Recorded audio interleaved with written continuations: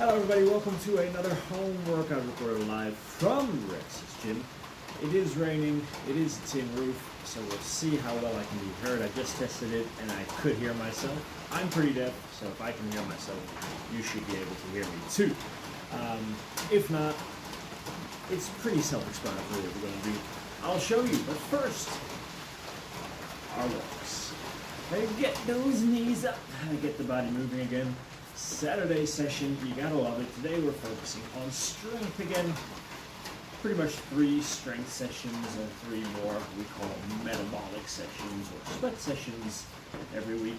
And a recovery session to round it all off. Walks. Now, there are definitely options if you have weights to use them today. If you don't have weights, don't worry about it. Got you covered. There are plenty of non-weighted exercises that we can do instead. Yeah, that kind of made sense. Cradle walks.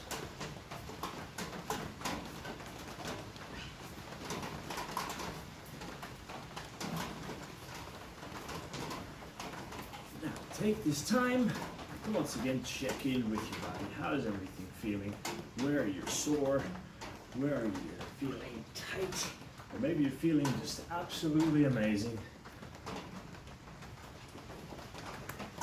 I'm feeling amazing, but also a little bit sore. Got some good training in yesterday. And today, I feel that good training. I feel good.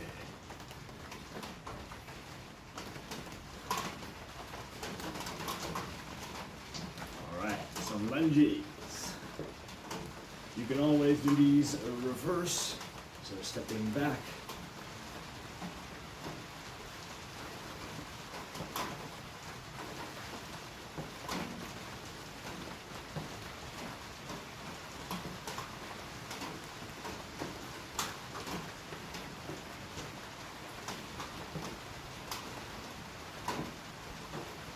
All right, I want you just to sit down in a low squat hold for a minute. We have a prep circuit that we're going to go through 3 times. And then we have 2 little strength supersets that we'll go through 4 times each. Like I said, you can use some equipment for this one if you have dumbbells, kettlebells, anything of that sort can really come in handy. But if you don't, you don't have to. Just hold for another 20-30 seconds. Try to keep lifting that chest up, pushing your knees out, keeping the weight nice and stable on the feet. You can move around a little bit, create a little bit of space. There will be some squatting today.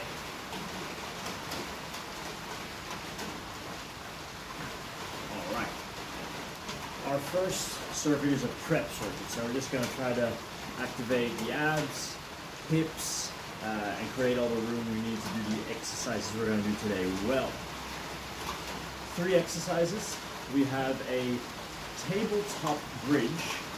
Tabletop bridge is where we start kind of like a crab position, feet about hip width, butt on the ground.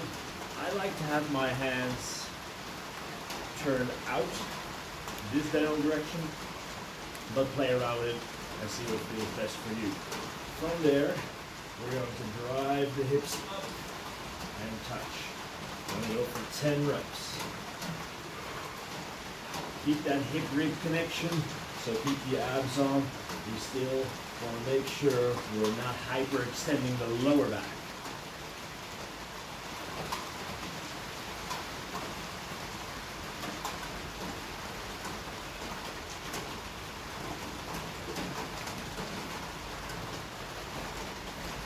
Second exercise, bear kicks. We're going to start on in a 6-point position. So hands, knees, and toes. Engage the core and the glutes. Lift the knees slightly off the ground. Your spine is staying nice and long here. And then we're going to kick one leg back, kick the other leg back. 10 reps in total, so 5 each side. Keep your hips in position.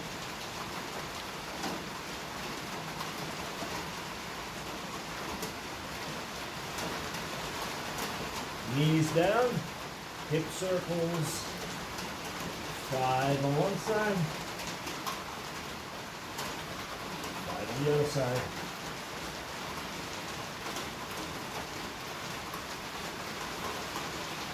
That's one round. Back into our tabletops.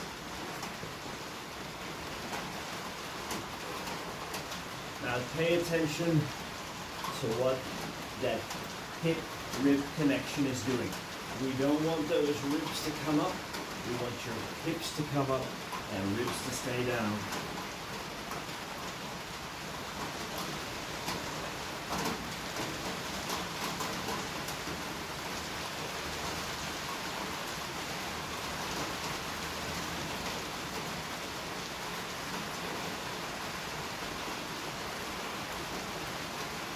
And into our bear kicks. And important that we don't let the knees come off the ground too much, and we keep that spine very neutral.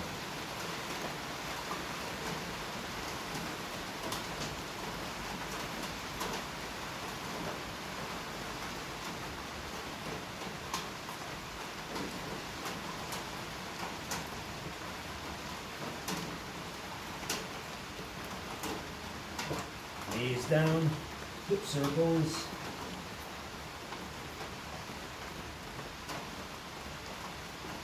And other side.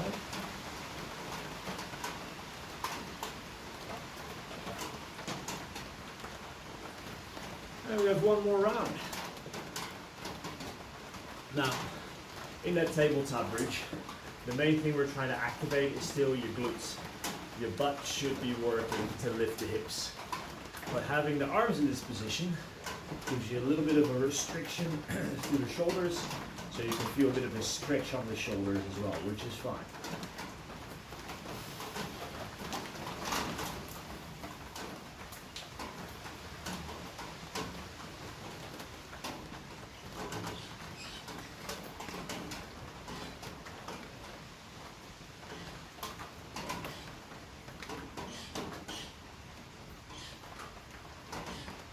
Good. Let's do the bear.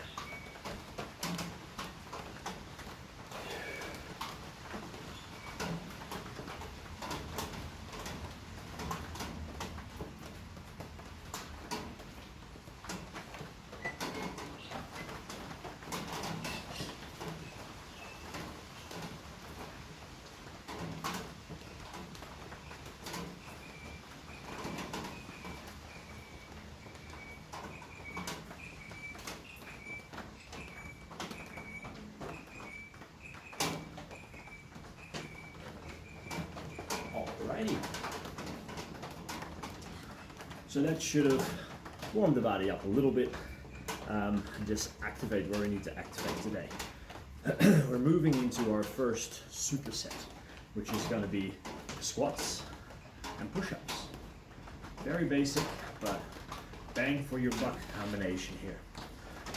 The numbers are going to be 15, so we're going to stay a little bit higher in the rep range, just to make sure you don't need to have super heavy weights to make your squats challenging with.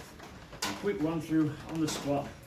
I want those feet nice and stable on the ground.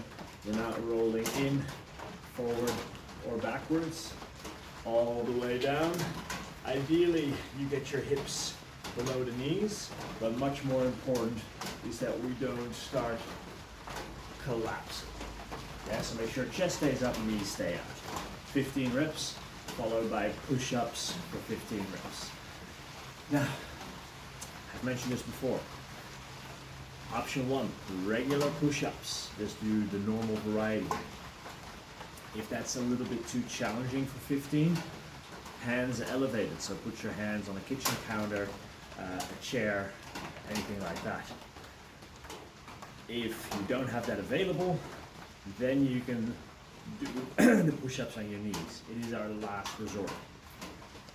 If the regular push-ups, excuse me, if the regular push-ups are a little bit too easy, you can go for a close grip variety. How I want you to do that is get your hands a little bit narrower, so about shoulder width, and as you're coming down, you're just keeping those elbows tucked in.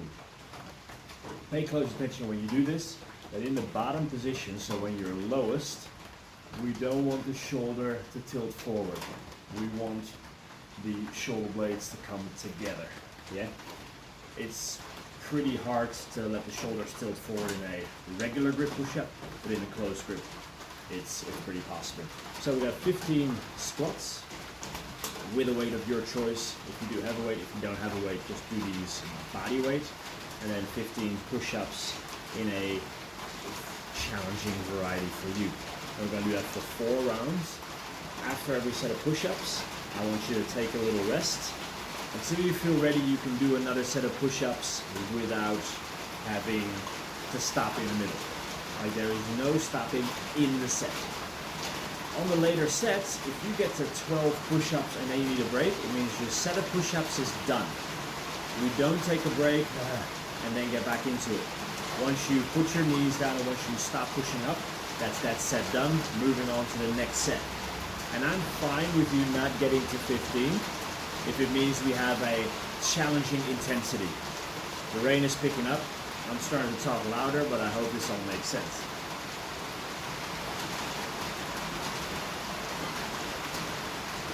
I'm going to use my 24 kilo kettlebell for the squats. You pick whatever weight works for you. If you have weights, if you don't have weights, then you're just doing the squats with body weight, naturally. All right, so when you're ready,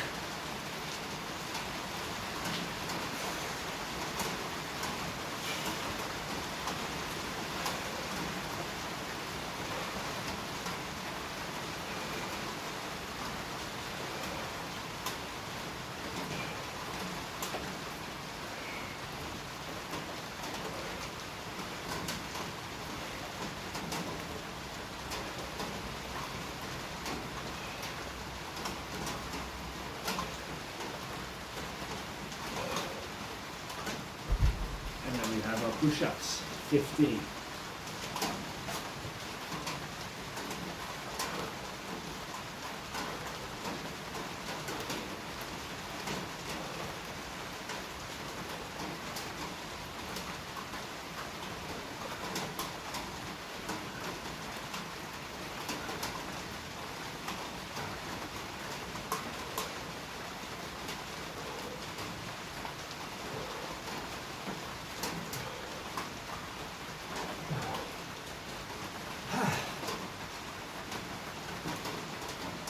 On the push-ups, what I want you to focus on today is keep your face away from the ground. So as you're coming down, it's very common to see that happen. So chicken necking, what we call. Try to see if you can pull your face away from the ground. That keeps that nice tall position. That's what we're after.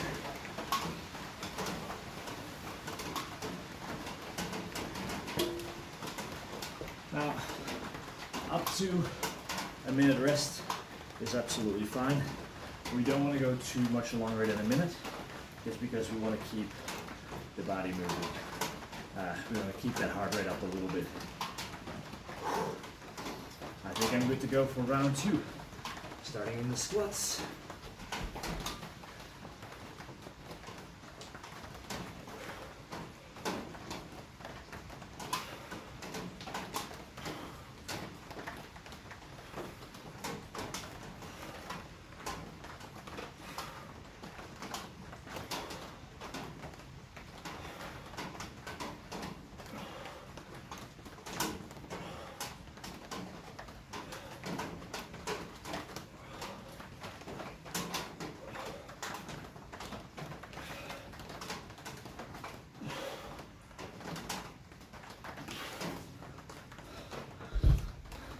Now the hand elevated version, if I use my bench for that, I still want to pull my face away from the bench. So instead of here, I want to be here.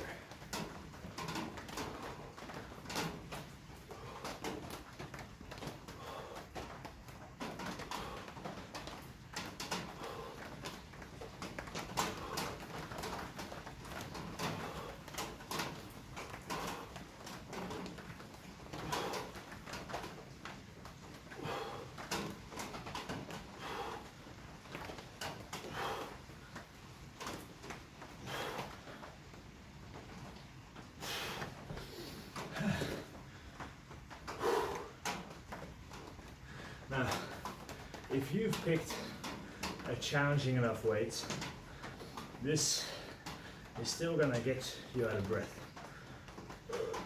If you don't have the range of weight available that I have, which is gonna be most of you, you can play around with the tempo a little bit. If you have a slightly lighter weight than you can do 15 squats with, you can instead go 2 counts down, 2 counts up. 15 reps on 2 counts down and 2 counts up means you're squatting for a full minute with a load, which is going to get you out of breath. Now ideally, the weight you use for the squats is something you might be able to do 20 reps with. If you really went all out, we're going to cut it slightly short so we can do multiple sets. Set number 3, I'll keep the squats the same, and I'll show you a set of those close grip push-ups. Just how it changes going close grip. I do often get a question, how do I get a heavy kettlebell in position? Now I like holding it with the horns tilted towards me, thumb looped through the horns. I just swing in position, catch it with my thumb through the horns. Let's see if I can show it from the side. That way you can get a heavy kettlebell even up to the beast of 48 in position through your squats. And if you can do sets of 15 with the 48, you're doing pretty good.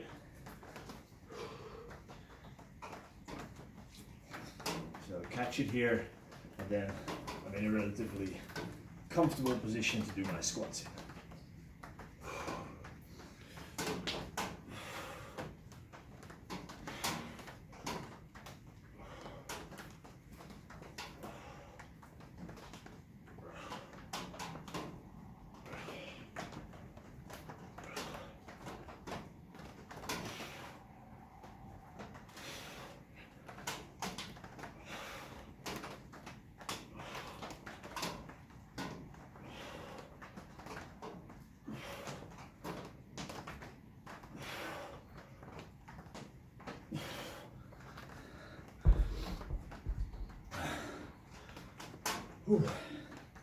We don't want the breathing to be the limiting factor here.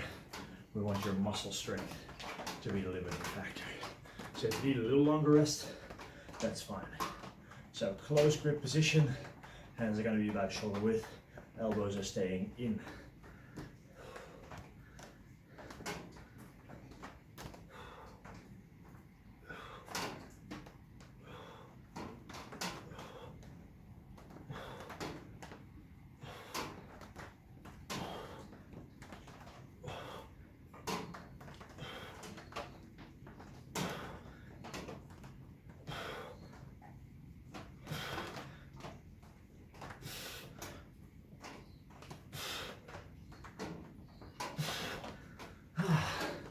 Yep, that's a challenge. That is a challenge. That was 3 rounds, so you got 1 round to go. Like I said, if you don't have a heavy weight for squat, not heavy enough, slow it down a bit. Make the muscles the limiting factor. That's what we want.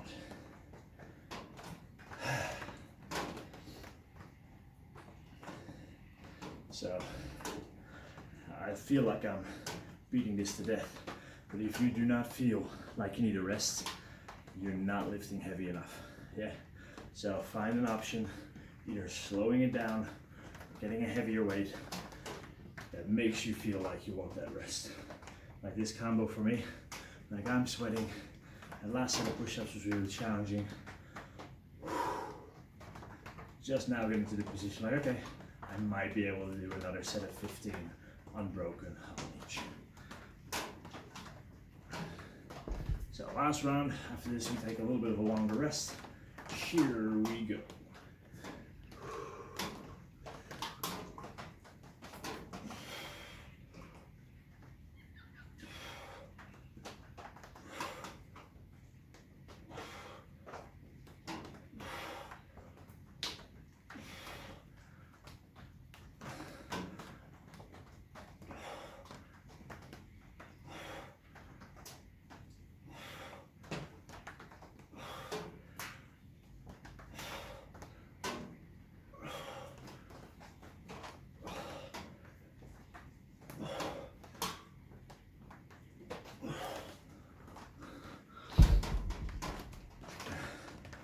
Now, I'll try for another set of close grips. Again, if you fall short, that's fine. That's how you know you're working at the right intensity. If you have like 10 reps left, once you finish, that didn't do the trick. You didn't train. All right, the last set of push-ups.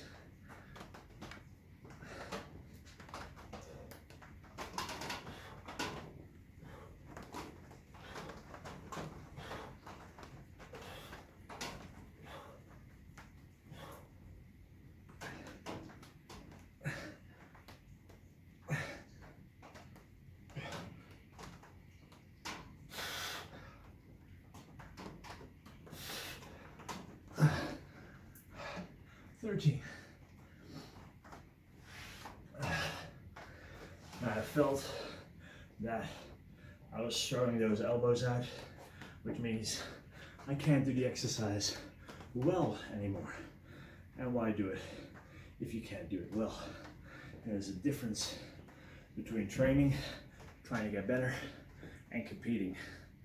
If you compete in training, that is a very silly thing to do, because you stop yourself from getting better. Yeah. You can't get better if you focus on beating yourself or somebody else. These heavyweights, always just focus on getting better. Much more important. And better for longevity. Now have a drink, guys, and I'll walk you through our second superset. We have two options for the first variety again. Option one, if you do have a kettlebell, is a Sumo Deadlift.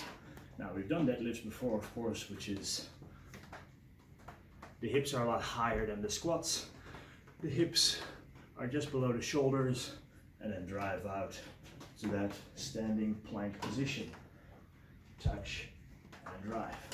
Today we're doing a Sumo Deadlift, which simply means we're going to move our stance out to a sumo position.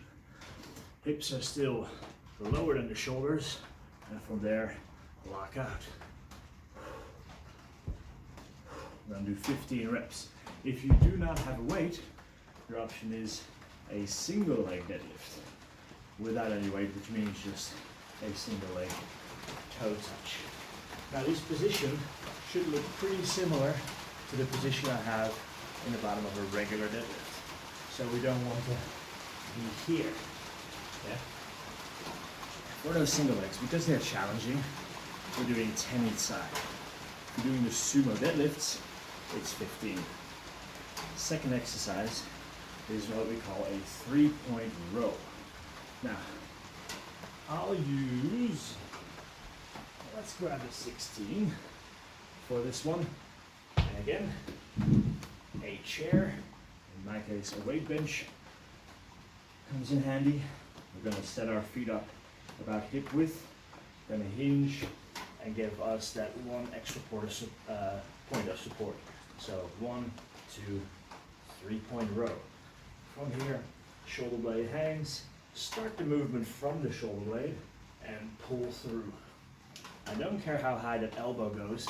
All I care about is that shoulder blade coming back. 15 on one side, 15 on the other side. Now, if you do not have any weights, use that grocery bag full of books that we used last week and the week before for our circuit, and you can still load it up to an easy 10 kilos if your books are big enough. So yeah, those two exercises, sumo deadlifts for 15 or single leg toe touches 10 each side, and then 15 3-point rows each side. I'm going to do that for 4 rounds.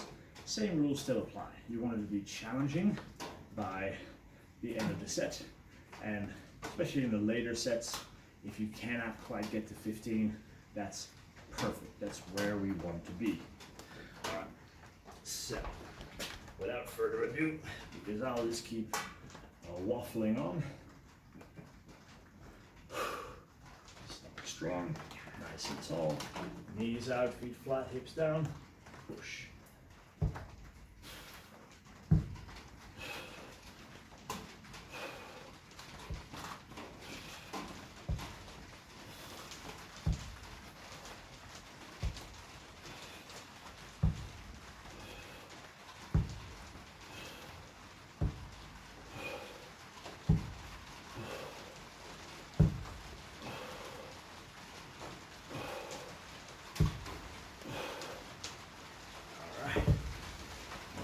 into our 3-point row.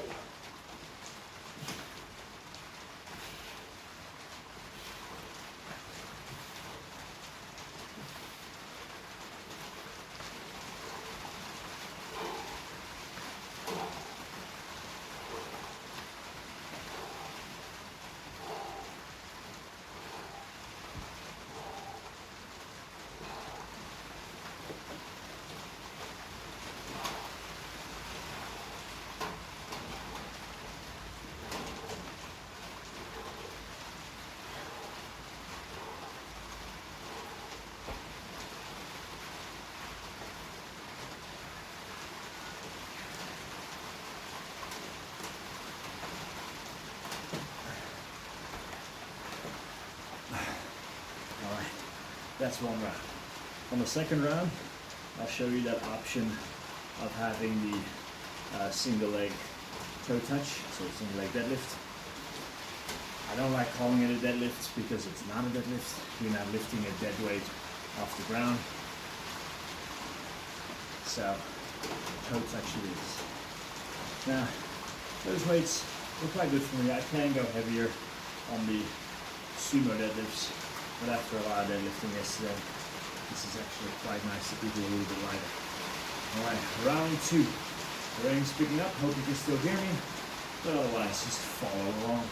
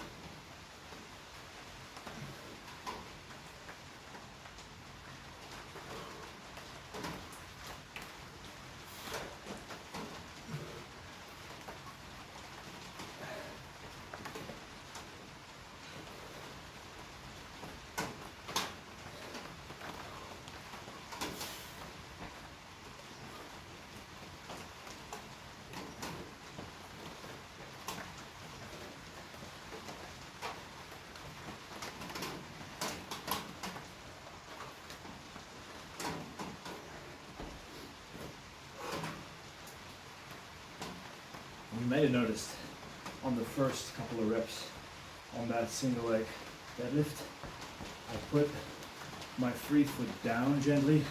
That is absolutely fine.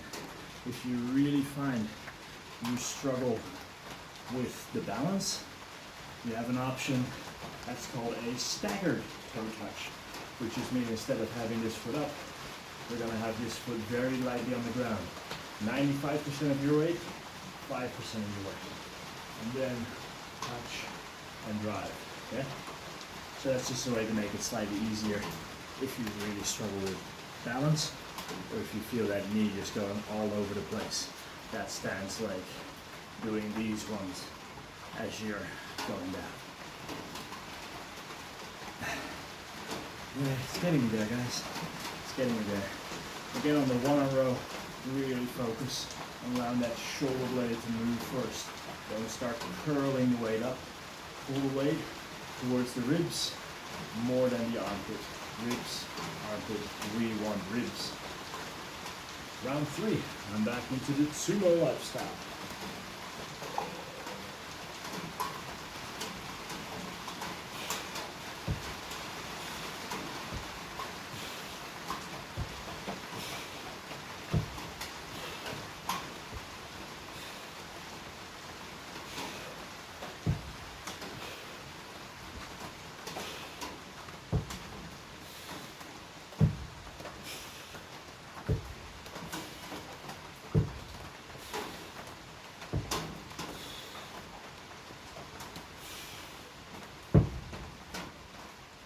Feel my butt.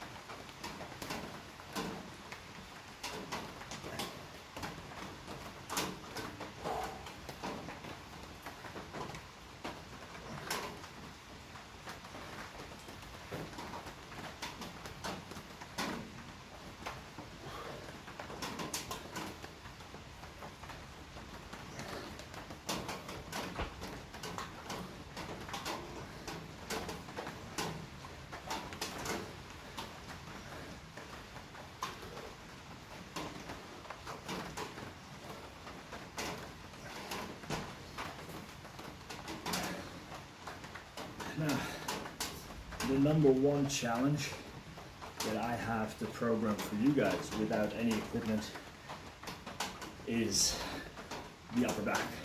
It's very easy to push with just body weight. It's very easy to squat, to lunge, and even have a good couple of options for hinging, that sort of stuff. But the one thing that's very hard is pulling. We've done Aussie pull-ups.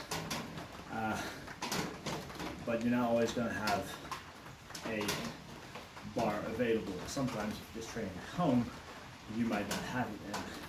And there are options where you have the back of a chair in each hand to pull yourself up, but it becomes pretty desperate. So that's why for those who have a weight, I just wanted to put some pulling in there to offset all that pushing that we've been doing. Again, if you do not have a kettlebell or a dumbbell, just use a grocery bag full of books or whatever you got that's heavy. And then you can still get that pulling motion, and we're not going to be hopelessly imbalanced when we get back to in-person training where I can provide the equipment for you. We got one set left, guys. Let's get into it.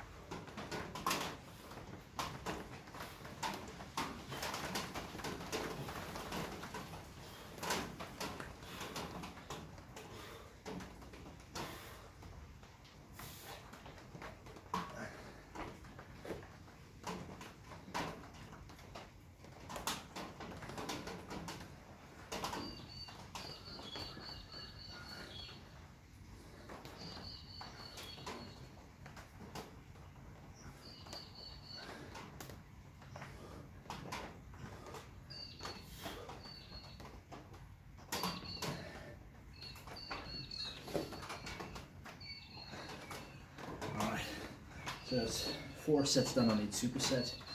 How are we doing on time? Pretty slow. That's mainly my fault. A lot of that today. The first stretch is going to be a prayer stretch. We're going to kneel to worship our bench that has served us so well. You're going to put your elbows on the bench, hands behind your head, push your chest into the ground. Elbows, hands, chest. Full breaths.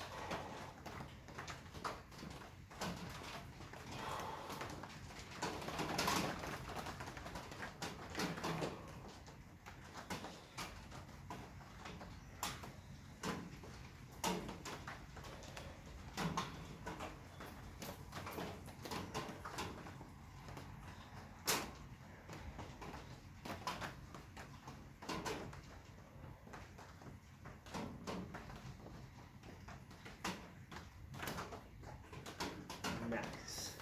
So that should be stretch on the triceps, a little bit of lats, a little bit of thoracic spine, so the upper back as well. Now, staying with our bench, we're going to do a kneeling pigeon. So we've done the pigeon on the floor before. Now we're going to do it on the bench.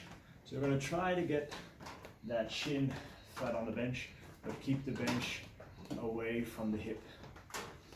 You can pressure this knee a little bit to come down, but don't be too mean to yourself here.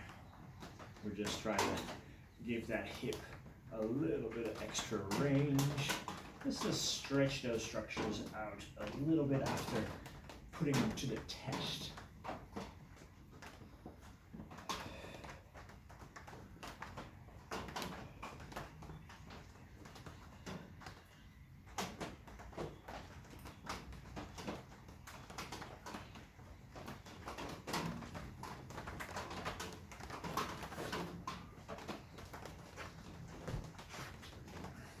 As always, be aware of any sort of right-left difference.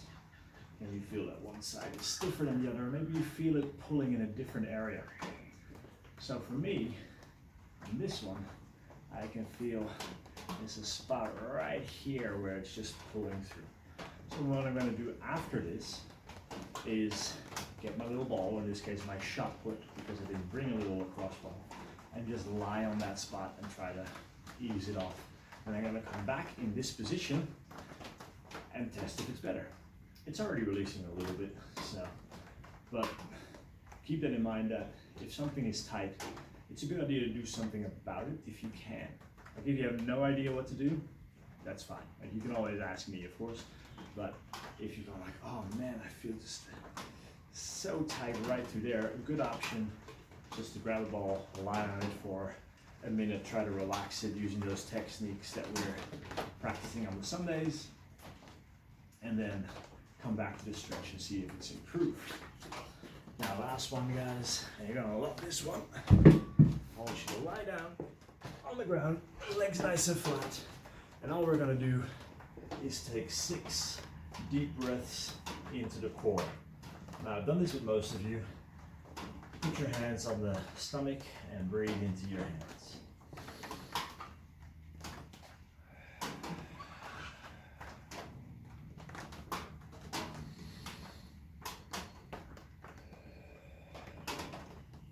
Then put your hands on your flanks between the ribs and the hips and breathe into your hands.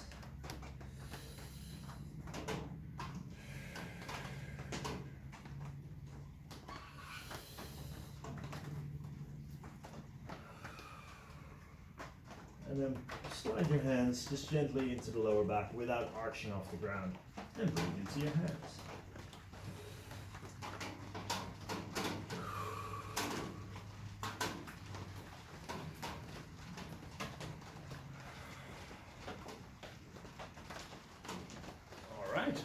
Guys, that is you done. Saturday strength. Tomorrow, recovery workout, so a bunch of stretching, a bunch of rolling, and that sort of stuff. Hope that felt good. I hope you know that you are an absolute legend for sticking with me for 40 minutes today. I feel that workout should have been 20 minutes, but hey, at least you get to hang out together. Sort of. All right, guys, be legendary, and I'll see you tomorrow.